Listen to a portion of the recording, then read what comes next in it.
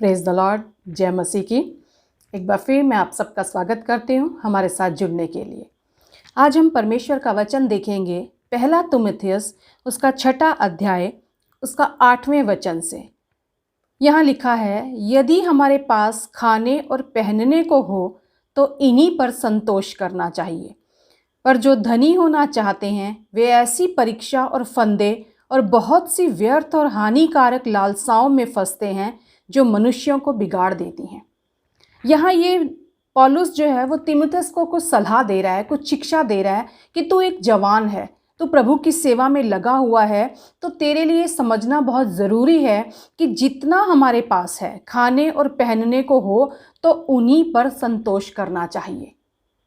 जितना है उस पर हम संतोष करें, पर जो धनी होना चाहते हैं वे ऐसी परीक्षा और फंदे और बहुत सी व्यर्थ और हानिकारक लालसाओं में फंसते हैं जो मनुष्यों को बिगाड़ देती हैं। लालच, लालसाएं जब उनमें हम फंसते हैं, धन का लोभ जब उसमें इंसान फंसता है तो वचन कह रहा है कि वो मनुष्यों को बिगाड़ देती हैं। ये सलाह दे रहा है पौलुस तीमुथियुस को, और सिर्फ तीमुथियुस को नहीं, आज ये हम सबको, मुझे और आपको ये सलाह पौलुस की है कि जितना हमारे पास है उतने में ही हम संतोष करें, क्योंकि व्यर्थ का लालच जो है वो हमें परीक्षाओं में और फंदे में डालेगा और हानिकारक लालसाओं में हम फंस जाएंगे जो मनुष्यों को बिगाड़ देती हैं और विनाश के समुद्र में डुबा देती हैं। 10वां वचन कहता है, क्योंकि रुपए का लोभ सब प्रकार की बुराइयों की जड़ है, जिसे प्राप्त करने का प्रयत्न करते हुए बहुतों ने विश्वास से भटककर अपने आप को नाना प्रकार के दुखों से छलनी बना लिया है। खास तौर से रुपए का लोभ। और इसके बारे में अगर हम एक घटना पढ़ते हैं तो उसका सबसे बड़ा उदाहरण हमें देखने को मिलता है 2 राजा के 5वें अध्याय में गेहजी के बारे में। नामान को जब पता लगता है कि एलीशा नामक एक भविष्यवक्ता है, उसके पास जब वो जाता है कि उसके पास मेरे इस कोढ़ का इलाज है, और वो एलीशा जब उसे बताता है किस तरह तुझे 7 बार उस नदी में डुबकी लगानी है, तो उसे अजीब सी लगती है बात, लेकिन फिर भी वो उस काम को करता है। और जब उसका कोढ़ ठीक हो जाता है तो वो एक भेंट देना चाहता है एलीशा को। वो कहता है मैं तुझे कुछ उपहार देना चाहता हूँ, लेकिन एलीशा उस उपहार को लेने से मना कर देता है। ये सारी घटना हम यहाँ पढ़ सकते हैं पवित्र शास्त्र के 2 राजा के 5वें अध्याय में। अब गेहजी ये सारी बातें सुन रहे होते हैं, लेकिन वो वहाँ कुछ बोल नहीं पाते। जब नामान वहाँ से चला जाता है तो गेहजी क्या सोचते हैं? गेहजी उसके पीछे भागते हैं। वो कहते हैं कि एलीशा ने तो नहीं लिया, लेकिन मैं उसके पीछे जाऊंगा। वो पीछे दौड़कर उसके जाता है और उससे कुछ ना कुछ मैं ले लूंगा, वो अपने मन में ये सोचता है। और गेहजी यही काम करते हैं, वो नामान के पीछे भागता है। और वहाँ जब नामान उसे पीछे आते हुए देखता है, वो अपने रथ से उतरता है, तो गेहजी उसे वहाँ क्या बोलते हैं? गेहजी उसे कहते हैं कि 2 जवान मेरे यहाँ आए हैं, तो थोड़ा सा चांदी और 2 जोड़े वस्त्र मुझे दे दे, मुझे ज़रूरत है इसकी। और नामान उन्हें दे देता है वो, और वो लेकर आकर अपने घर में छुपा देते हैं। और जब एलीशा के सामने पहुंचता है गेहजी, एलीशा पूछता है कि तू कहाँ गया था? जबकि एलीशा जानता है कि ये कहाँ गया था, गेहजी बोलता है मैं तो यहीं था। वो रुपयों का लोभ, वो चंद चांदी के सिक्कों का लोभ, वो 2 जोड़ी कपड़े, उस लालच ने गेहजी के ऊपर कौन सा श्राप ले आया? कौन सी जो नामान का कोढ़ था वो गेहजी के ऊपर आ गया, उसके परिवार पर आ गया। किस लिए? उस रुपए के लोभ से, उस लालच से फंस गया वो। यही बात पौलुस यहाँ तीमुथियुस को समझा रहा है कि रुपए का लोभ, कुछ चांदी के सिक्कों का लोभ बिगाड़ देगा ये मनुष्य को। उसकी, वो कह रहा है, ऐसी परीक्षा और फंदे और बहुत सी व्यर्थ और हानिकारक लालसाओं में फंस जाते हैं। उस जो रुपए का लोभ है वो फंसा देता है, वो समुद्र के में डुबो देता है। वो इस तरह है कि विनाश के समुद्र में डुबो देती है, और सब प्रकार की बुराइयों का वो जड़ है। जब हम इस लालच को अपनी जिंदगी में आने देते हैं, एंट्री करने देते हैं, तो वो हमें बिगाड़ देता है। अक्सर हमने एक कहावत सुनी है, लालच बुरी बला है, लेकिन उसके बावजूद ये लालच कहीं ना कहीं मनुष्य के अंदर रहता है। इसीलिए परमेश्वर ने जब 10 आज्ञाएं दी तो उसमें से एक आज्ञा ये भी थी कि तू लालच ना करना।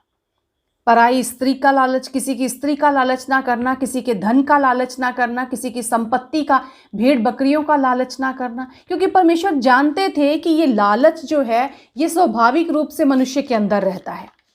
और अगर हम पवित्र शास्त्र में ही देखते हैं लूका की पुस्तक के 12वें अध्याय में, तो वहाँ 13वें वचन से अगर हम पढ़ें तो वहाँ पर जब यीशु मसीह प्रचार कर रहे हैं तो भारी भीड़ उनके पीछे चलती है। यीशु प्रचार कर रहे हैं और उस भीड़ में से एक ने उनसे कहा, हे गुरु, मेरे भाई से कह कि पिता की संपत्ति मेरे साथ बांट ले। हमें नहीं मालूम यीशु मसीह वहाँ क्या प्रचार कर रहे हैं, लेकिन वो बीच में से उठकर एक कह रहा है कि मेरे भाई से कह कि पिता की संपत्ति मेरे साथ बांट ले। और यीशु मसीह उसे क्या जवाब देते हैं? उसने उससे कहा, हे मनुष्य, किसने मुझे तुम्हारा न्यायी या बांटने वाला नियुक्त किया है? मैं तुम्हारी संपत्ति का बंटवारा करने यहाँ नहीं आया हूँ।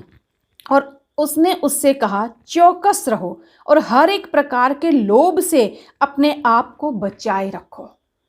चौकस रहो और हर एक प्रकार के लोभ से अपने आप को बचाए रखो, क्योंकि किसी का जीवन उसकी संपत्ति की बहुतायत से नहीं होता। अगर जीवन किसी का उसकी संपत्ति की बहुतायत से नहीं होता तो फिर ये लोभ हमारे अंदर क्यों आ जाता है?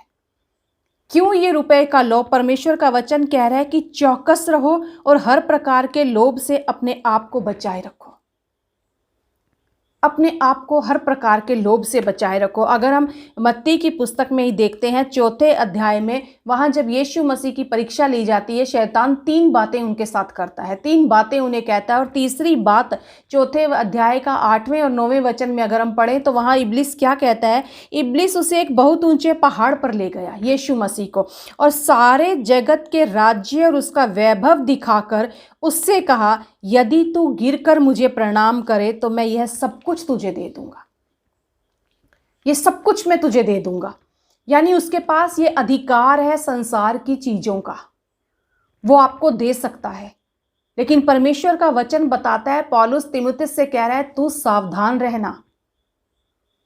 परमेश्वर खुद कह रहे हैं, चौकस रहो इस लोभ से, रुपए के लोभ से चौकस रहो, क्योंकि ये शैतान तुम्हें गिरा सकता है, तुम्हें फंसा सकता है, क्योंकि उसके पास ये अधिकार है तुम्हें ये संसार की चीजें देने का।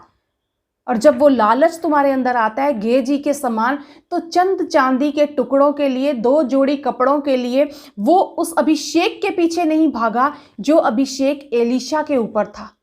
और वो जानता था एलिया का अभिषेक एलीशा पर आया है और एलीशा के उस अभिषेक की वो खोज कर सकता था, लेकिन बजाय उसके उस लालच ने, उस चंद चांदी के टुकड़ों के लिए वो नामान के पीछे भागा। यही परमेश्वर आज हमें सिखाना चाहते हैं कि यहूदा ने चंद चांदी के सिक्कों के कारण यीशु मसीह को बेच दिया। 30 चांदी के सिक्के। कई बार ये लालच, ये रुपए का लोभ, ये किसी की संपत्ति का लालच, दूसरे के पास कितना है उसका लालच हमें बिगाड़ देता है, विनाश के उस गहरे समुद्र में डुबो देता है। तीमुथियुस क्या सिखा रहा है यहाँ पर? वो कह रहा है कितने बहुतों ने, क्योंकि रुपए का लोभ सब प्रकार की बुराइयों की जड़ है, जिसे प्राप्त करने का प्रयत्न करते हुए बहुतों ने विश्वास से भटक कर अपने आप को नाना प्रकार के दुखों से छलनी बना लिया है। अपने ऊपर ये दुख और कष्ट ले आए हैं क्योंकि वो इस रुपए के लोभ की, इसकी बुराई में फंस गए हैं। अपने आप को खत्म कर लिया है उन्होंने, भटक गए वो विश्वास से। गेहजी भटक गए अपने विश्वास से। यहूदा जो यीशु के साथ रहता था, चंद चांदी के सिक्कों के लिए, वो रुपए का लोभ उसके अंदर आ गया। उसने अपने आप को, ये अपने आप वो पाने के लिए यीशु को बेच दिया।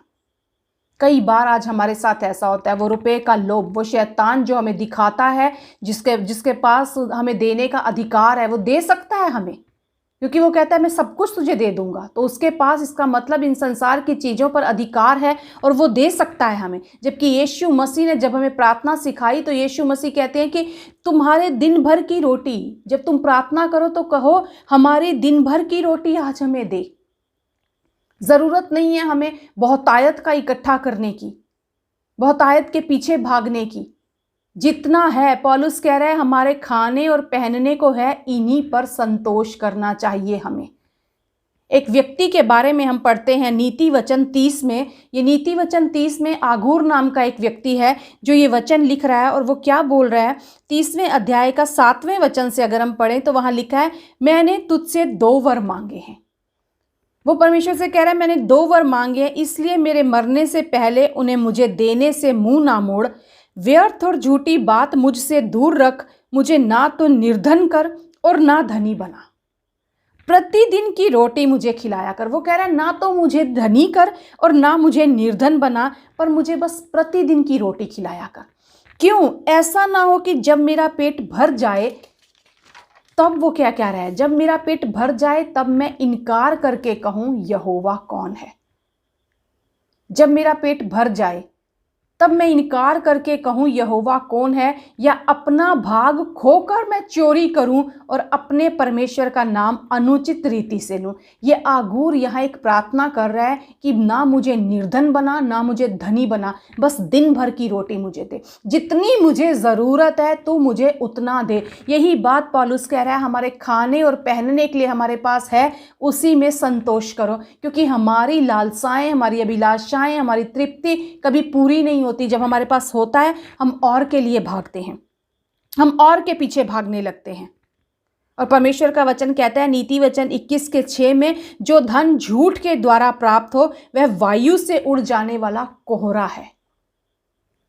गेहजी ने क्या किया? झूठ के साथ उस धन को प्राप्त किया। झूठ के साथ परमेश्वर का वचन बता रहा है वह वायु से उड़ जाने वाला कोहरा है। जबकि आगूर कह रहा है बस दिन भर की रोटी मुझे दे, ना मुझे धनी बना, ना मुझे निर्धन बना। परमेश्वर कह रहे हैं आपसे आज, परमेश्वर कह रहे हैं चौकस रहो इस रुपए के लोभ से।